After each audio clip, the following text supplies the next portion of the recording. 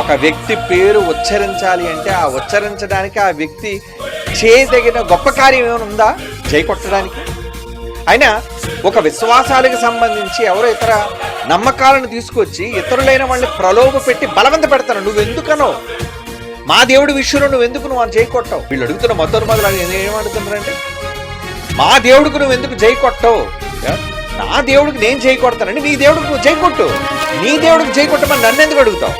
ఎందుకు యేసుకు జై కొట్టాలి? ఎందుకు ఆయనలో ఉన్న మరి ఆ గొప్పతనాన్ని లోకం గుర్తించాలి అన్నది మనం ఇప్పుడు ఈ పాట ద్వారా చూపించబోతున్నాం. ఏమండి? అదే కదా ఇప్పుడు లెంట్ డేస్ అని మరి ప్రారంభమై వీళ్ళందరూ లెంట్ డేస్ చేయడానికి వీళ్ళందరూ సిద్ధపడుతున్నారు, క్రైస్తవులందరూ కూడా. దేనికంటే యేసుక్రీస్తు వారు మరి ఆయన మృత్యుంజయుడే తిరిగి లేవడానికి ఆయన శుక్రవారం నాడు చనిపోయాడు. అది గుడ్ ఫ్రైడే. మృత్యుంజయుడే తిరిగి లేచాడు. అది ఈస్టర్. ఆదివారం తిరిగి లేచాడు, పునరుద్ధానుడయ్యాడు. కాబట్టి దానికి సాదృశ్యంగా ఏంటి వీళ్ళు చేస్తున్నారు. కానీ బైబిల్ ఉన్నది ఏంటి? దానికి ఉదాహరణ ఏంటంటే మనందరికీ క్షమాపణ దొరికింది, మనందరికీ మరణము తప్పించబడింది. అందుకే కదండి జైకొట్టు అని యేసుకి అనే పాట ఎందుకు రాస్తున్నాను? జైకొట్టున్న యేసు కంటే ఊరకనే జైకొట్టున్న యేసు కంటే ఎందుకు కొడుతుంది ఈ లోకం? అందుకే ఆ పాటలో ఎందుకు జై కొట్టాలో మొత్తం వివరిస్తానండి. మొత్తం 2 చరణాల్లో మీరు వింటే అద్భుతంగా ఉంటుంది పాట. చాలా అద్భుతంగా ఉంటుంది. అంటే ఎందుకు యేసుకు జై కొట్టాలి? ఏం చేశాడని జై కొట్టాలి? ఏంటి ఆయనలో నువ్వు గొప్పతనం? ఊరకనే ఎవరిని తీసుకొచ్చి అతను జై కొట్టండి అంటే ఎవరైనా ఏమడుగుతారు? ఎందుకండి ఇతను జై కొట్టాలి? ఏమండి ఎవరికైనా ఊరకనే చప్పట్లు కొడతారు మీరు? ఒక వ్యక్తికి చప్పట్లు మీరు కొట్టగలుగుతున్నారంటే ఆ చప్పట్లు ఎవరి కోసం అయితే మీరు కొడుతున్నారో ఆ వ్యక్తి ఏదో గొప్పతనాన్ని గుర్తు పెట్టుకొని మీరు చెయ్యాలి. లేదంటే ఏమండి ఊరకని చప్పట్లు కొట్టరు కదా, ఏదో గొప్ప పని అతను చేసి ఉండాలి. కనుక యేసుకు జై కొట్టాలి అని మనం అంటున్నామంటే ఆ రోజు వాళ్ళంతా కూడా ఆయన కీర్తించారు, ఖర్జూరపు మాటలు చేతపట్టారు, హోసన్నాని ఆయన పిలిచారు. అలా వాళ్ళు అనడానికి కారణం ఏంటంటే ఆయన చేయబోతున్న పని ప్రపంచంలో ఏ నరుడు చేయలేదు. అయితే మరి మనుషులందరూ చచ్చిపోయారు కదండి, యేసుప్రభు కూడా చచ్చిపోయాడండి అని అనొచ్చు. యేసుప్రభు కూడా అందరిలాగే దేవుళ్ళు ఎలాగే చచ్చిపోయారు ఆ దేవుడు కూడా చచ్చిపోయాడు కదని అంటే అవును చచ్చిపోయాడు. కానీ చచ్చిపోయిన తర్వాత మళ్ళీ బ్రతికిన దేవుళ్ళు ఎక్కడున్నారు? శరీరంలో చాలా మంది దేవుళ్ళుగా పిలువబడే వాళ్ళు చనిపోయారు, కానీ ఇంకా తర్వాత వాళ్ళు లేవలేదు. కానీ యేసుక్రీస్తు విషయంలో అలా కాదు. చనిపోయిన తరువాత 3వ దినాన్ని ఆయన సమాధిని గెలిచి లేచాడు. అది మృత్యుంజయుడు అన్నారు ఆయన్ని. అది ఏ మనిషి చేశాడు? ఎవరు చేశారు? ఎవరు చేయలేదు. కనుక ఎందుకు యేసుకు జై కొట్టాలి? ఎందుకు ఆయనలో ఉన్న మరి ఆ గొప్పతనాన్ని లోకం గుర్తించాలి అన్నది మనం ఇప్పుడు ఈ పాట ద్వారా చూపించబోతున్నాం. ఎందుకంటే సందర్భం వచ్చింది కనుక, ఈస్టర్ వచ్చింది కనుక, రాబోతుంది కనుక, క్రైస్తవులందరూ దాని మీద వాళ్ళు దృష్టి పెట్టారు కనుక ఈ టైంలో ఈ మతోన్మాదులకి అదొక గొడ్డల పెట్టు లాంటి పాట. ఏమండి ఎవరికో జై కొట్టాలని ప్రతి ఒక్కరిని బలవంత పెట్టి ఏమంటే బలవంతం చేస్తున్నారు కదండి. మా దేవుడి పేరు చెప్పి జై కొట్టు అంటున్నారు, మా దేవుడి పేరు పెట్టి జై కొట్టు అంటున్నారు. ఏమండి ఎవరికైనా ఎందుకు జై కొట్టాలి? బలవంతంగా ఎందుకు చెప్పండి జై కొట్టాలి? పలానా వ్యక్తి పేరు పెట్టి జై కొట్టు అనేసి అంటే ఒక వ్యక్తి పేరు ఉచ్చరించాలి అంటే ఆ ఉచ్చరించడానికి ఆ వ్యక్తి చేయదగిన గొప్ప కార్యం ఏమైనా ఉందా జై కొట్టడానికి? అయినా ఒక విశ్వాసాలకు సంబంధించి ఎవరో ఇతర నమ్మకాలను తీసుకొచ్చి ఇతరులైన వాళ్ళని ప్రలోభ పెట్టి బలవంత పెడతాను. నువ్వెందుకనో మా దేవుడి విషయంలో నువ్వెందుకు నువ్వు జై కొట్టావు? వీళ్ళు అడుగుతున్న మొదలు ఏమడుగుతున్నారండి? మా దేవుడికి నువ్వు ఎందుకు జై కొట్టవు అనేసి అంటే ఇది ఎలా ఉందో తెలుసా అండి?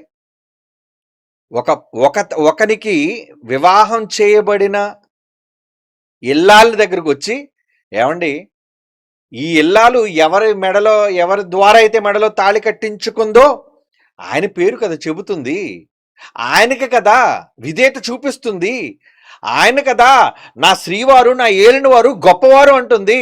అదే మాట ఏమండి పక్కింటి భర్తనో మరొక మగవాడినో ఆ స్త్రీని వివాహిత దగ్గరకు వచ్చి ఏమ్మా నువ్వు పలానా మగాడికి జై కొట్టంటే ఏమండి కొడుతుందా ఆవిడ? చెప్పండి. ఒక శీలం కలిగినది, సభ్యత సంస్కారం కలిగిన ఏ స్త్రీమూర్తి అయినా నేను తాళి కట్టించుకున్న నా భర్తకు తప్ప ఇంకెవరికి నేను జై కొట్టను, లేదా పొగడను, భర్తగా విలువివ్వను. ఎందుకంటే నా భర్తకు మాత్రం విలువిస్తాను. ఎందుకంటే అతని మీద ఉన్న గౌరవం, అది నాకు ఆయన మీద ఉన్న నమ్మకం. నా జీవితాన్ని అతని చేతిలో పెట్టాను కాబట్టి నేను ఆయనకు తలదించుతాను. ప్రతి మగాడికి తలదించుతుందా? ఏమండి? భర్త కదా, ఇలా రా అని పిలుస్తాడు. అది ఇంకో మాడు పిలిస్తే ఏమంటది? నువ్వెవడరా పెళ్ళడానికి అని అంటది. అవునా? నువ్వు బలవంతంగా వచ్చి ఏ మగాడు పిలిచినా నువ్వు వెళ్ళాలి అని అంటే వాడిని ఏమనాలి? ఈరోజు వీళ్ళు మూర్ఖులైన వాళ్ళు చేస్తున్న తప్పుడు పని అదేనండి. ఎలాంటి తప్పుడు పని? నా దేవుడికి నేను జై కొడతానండి, నీ దేవుడికి నువ్వు జై కొట్టు. నీ దేవుడికి జై కొట్టమని నన్ను ఎందుకు అడుగుతావు?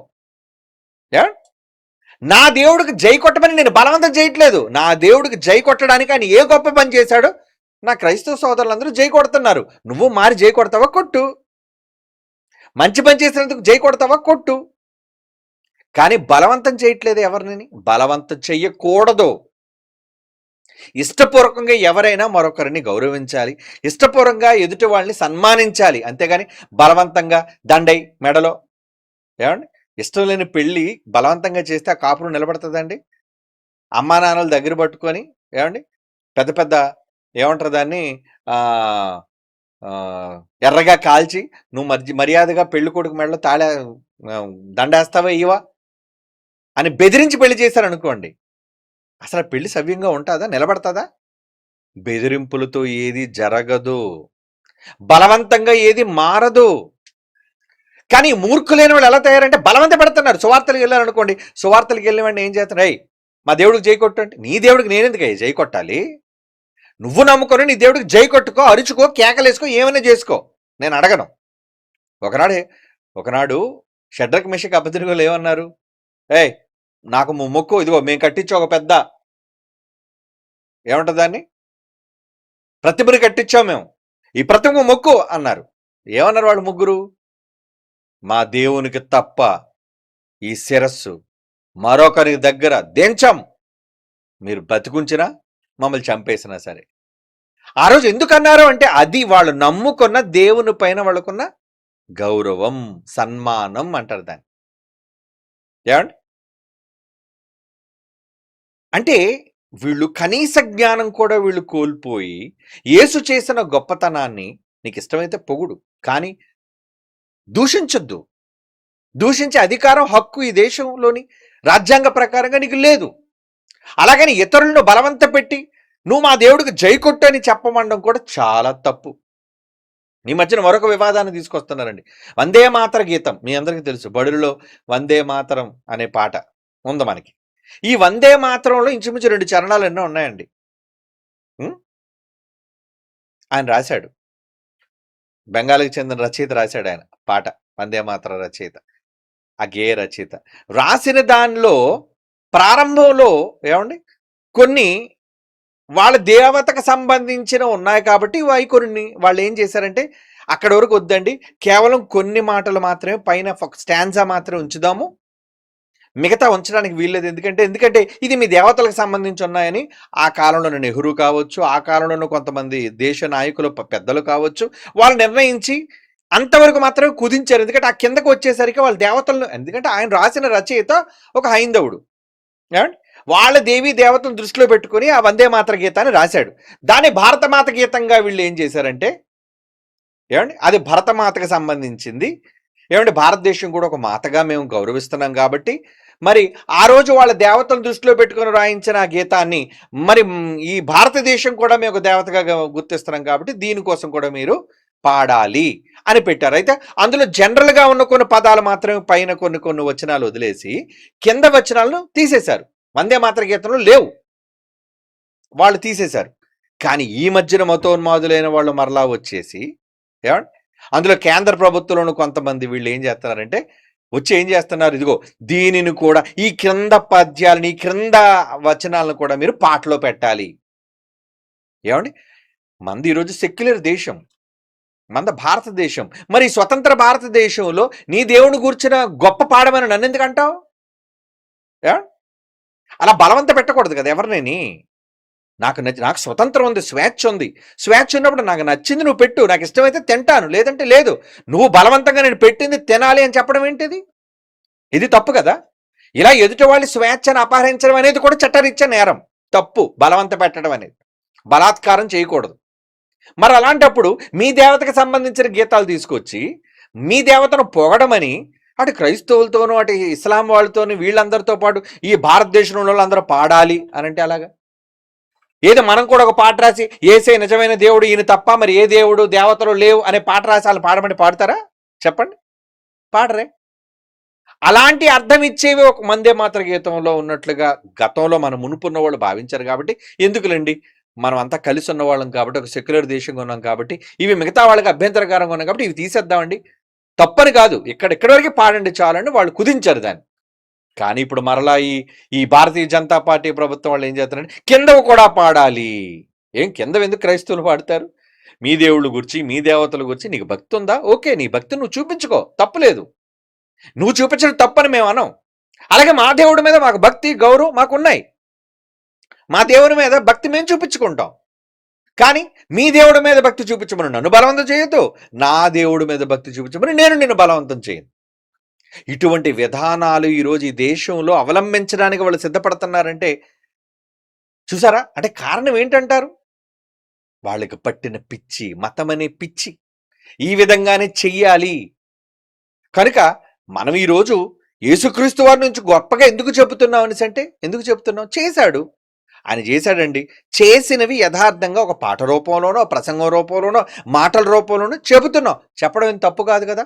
రాజ్యాంగం ఇచ్చిన హక్కు ప్రకారంగా ఏమండి ఆర్టికల్ 25 కానీ ఆర్టికల్ 28 కానీ వీటన్నిటిని కూడా మనం చదివితే నువ్వు నమ్మిన నీ ధర్మాన్ని లేదా వాళ్ళు అనుకుంటున్న మతాన్ని మీరు ప్రకటించండి. ప్రచారము అనే పదం కూడా క్లియర్గా ఉంది. ప్రచారము, నువ్వు నమ్మిన దాన్ని ప్రచారం చేసుకోవచ్చు. మత ప్రచారం మళ్ళీ వీళ్ళు తప్పుడు పేరు పెడతారండి దానికి. నేను నమ్మిన దాన్ని ప్రకటిస్తే దాని ప్రచారం అంటే అది మత ప్రచారం అనే బిల్లు ఏంటి? ఆ మత ప్రచారం అనే తప్పుడు అభియోగం ఏంటి? ప్రచారం ఎవరైనా చేయొచ్చు, ప్రచారం ఎవరైనా చేయొచ్చు. ఎవరిని బలవంత పెట్టడం అనేది తప్పు. అది క్రైస్తవుడు చేసిన తప్పే, హైందవుడు చేసిన తప్పే, ఇస్లాం వాడు చేసిన తప్పే. ఎవరు చేయకూడదు బలవంతం. ఎందుకంటే ప్రతి మనిషికి స్వేచ్ఛగా జీవించే హక్కు ఉంది. అలాగైతే నాకు ఏ మతం వద్దండి నాస్తికులు బతుకుతున్నారు చాలా మంది, లేరా? శాస్త్రవేత్తలు కూడా ఉన్నారు అందులోని. మరి వాళ్ళని బలవంతం చేస్తాం మనం? మీరు ఏదో ఒక దేవుడిని నమ్మితేనే కానీ మన భారతదేశంలో ఉండడానికి వీల్లేదని మీరు అంటారా నాస్తికులతో? లేదే, అనలేం మనం. హేతువాదులతో అనలేం మనం. వాళ్ళ ఇష్టం, ఉండనివ్వండి. ఎందుకంటే బ్రతికే హక్కు ఉంది మనిషి. ప్రతి మనిషికి బ్రతికే హక్కు దేవుడు ఇచ్చాడు భూమి మీద. నువ్వు జీవించు నాయన, నువ్వు అనుభవించు నాయన అన్నాడు. దాన్ని కాలరాయడానికి ఏ ప్రభుత్వం ఏంటి, ఏ చట్టం ఏంటి? ఎవ్వరు చేసే అధికారం అనేది వాళ్ళకి లేదు. అలా నియంత్రించడానికి అండి ఈ నిజంగా డాక్టర్ బిఆర్ అంబేద్కర్ గారు రాసిన చక్కటి రాజ్యాంగం అదేనండి. మనకు దేవుడు ముందుగా రాయించి ఒక అడ్డుగోడగా పెట్టాడు. అది లేకపోతే ఈ పాటికి ఎప్పుడో ఊచకోతకు వస్తుద్దరు మనల్ని కూడా. నానా చిత్రహింసలు పెట్టేవాళ్ళు మనల్ని కూడా. మీరు చెయ్యండి, మేము చెప్పింది చేయండి. ఆ రోజున బ్రిటిష్ వాళ్ళకి కానీ ఈ రోజు పాలించే నల్లదొరలకు కానీ వాళ్ళకి వీళ్ళకి ఏ తేడా ఉండేది కాదండి. వాళ్ళెంత మూర్ఖంగా కొన్ని సందర్భాల్లో ప్రవర్తించారు, వీళ్ళు కూడా ఇంకా అంతకన్నా మూర్ఖంగా ప్రవర్తించి అందరినీ ఇబ్బంది పెట్టే ప్రయత్నాలు వీళ్ళు చేస్తూ ఉన్నారు. ఇప్పటికే పరోక్షంగా చేస్తున్నారు. కనుక మనం చెప్పేది చాలా గొప్పగా చెప్తున్నాం, నీతిగా చెప్తున్నాం. ఎలా అని? నా యేసు ప్రభుకు మీరు ఎందుకు జై కొట్టాలి అంటే అదిగోండి, మృత్యువుని గెలిచాడు ఆయన, అందరి కోసం ప్రాణం పెట్టాడు ఆయన. ఏమండి, ప్రాణాలు తీసిన వాళ్ళు మీరు చూశారు కానీ ప్రాణం పెట్టిన వాళ్ళు మీరు చూడలేదు కదా. ఏ దేవుడు చచ్చిపోయాడు మనుషుల కోసం అని ఆయన ఘనతను చాటుతున్నాం మనం. సరికొత్త విధానంలో ఆ పాట ద్వారా మనం చూపిస్తున్నాం. ఇలా రాయడానికి కూడా ఆ పాటకు స్ఫూర్తినివ్వడానికి కారణం ఏంటంటే ఇదిగో ఈ మాటలే బైబిల్లో ఆయన చేసిన త్యాగాలే కారణం అండి.